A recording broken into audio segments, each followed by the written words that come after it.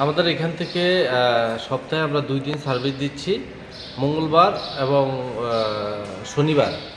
তো আগে আমরা ৩ দিন চালাইতাম, মঙ্গল, বৃহস্পতি, শনি। এখন আমরা ২ দিন চালাচ্ছি।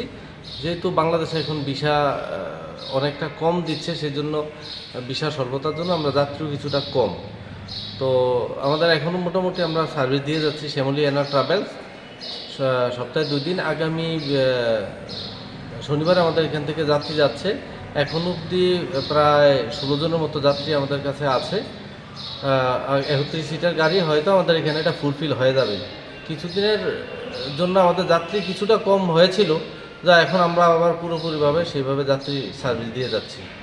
এই যে বাংলাদেশ এবং ভারতের মধ্যে যে একটা সমস্যা এখন মানে তৈরি বা চলছে, সেটার প্রভাব কি পড়ছে কিছু? সেটার প্রভাব তো কিছুটা ছিল, এখন আবার সেই নর্মাল হয়ে যাচ্ছে। কারণ মানুষের বিভিন্ন যারা নিত্য প্রয়োজনীয় দরকার, যারা ইমার্জেন্সি দরকার লাগে, সেক্ষেত্রে বাংলাদেশের মানুষ যাচ্ছে এবং বাংলাদেশ থেকেও এখানে আসছে। মানে এই লাস্ট যে বাসটা গিয়েছে, একটা ঘটনা ঘটেছিল। হ্যাঁ, লাস্টে যেদিন গিয়েছিল তারপরের ডেট আমাদের সার্ভিসটা আমরা বন্ধ ছিল। কিছু অনেকটা যাত্রী কিছুটা কমে গিয়েছিল। এখন আবার যাত্রী হচ্ছে আমাদের।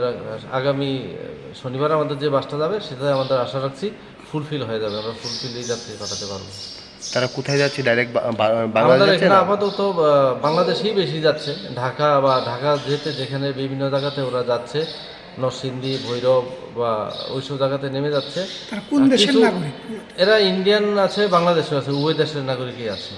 তো বাংলাদেশ থেকে ইন্ডিয়ান যাত্রীরা একটু বেশি যাচ্ছে এখন।